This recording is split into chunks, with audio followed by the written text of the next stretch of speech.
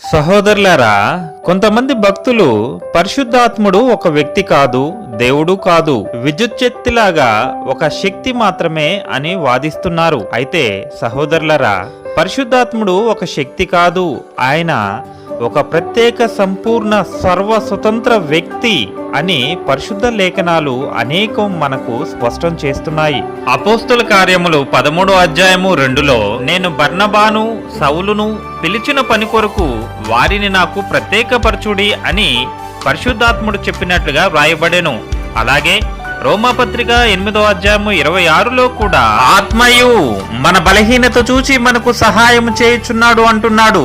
సందేహం లేదు, పరిశుద్ధాత్ముడు ఒక శక్తి కాదు, వ్యక్తే. అలాగే ఆయన సాక్షాత్తు దేవుడేనని కూడా పరిశుద్ధ లేఖనాలు తెలియజేస్తున్నాయి. అందుకుగాను హెబ్రీ పత్రిక 9:14 నిత్యుడగు ఆత్మ అని ప్రస్తావించబడింది. నిత్యుడు అనగా అంతము లేనివాడ